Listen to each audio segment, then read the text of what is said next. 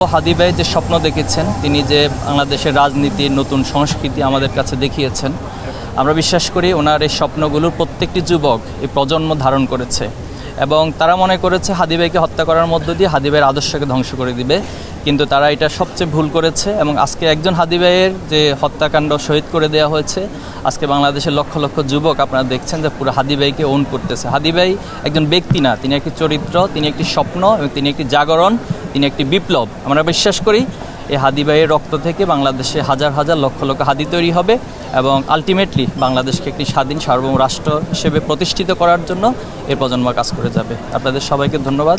আমরা ওনার পরিবারের জন্য দোয়া করতে চাই।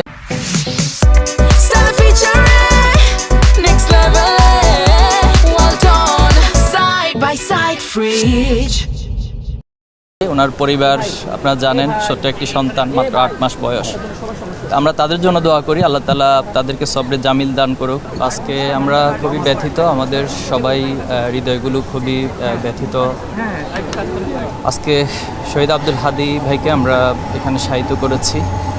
তো আমরা সর্বপ্রথম আল্লাহর কাছে দোয়া করছি, আল্লাহ তাআলা আমাদের ভাইকে শাহাদাতের সর্বোচ্চ মর্যাদা দান করুক এবং জান্নাতের মেহমান হিসেবে আল্লাহ তাআলা কবুল করুক। পাশাপাশি আমরা বলবো, যারা হাদি ভাইকে হত্যা করেছে তাদের বিচার অবশ্যই হতে হবে।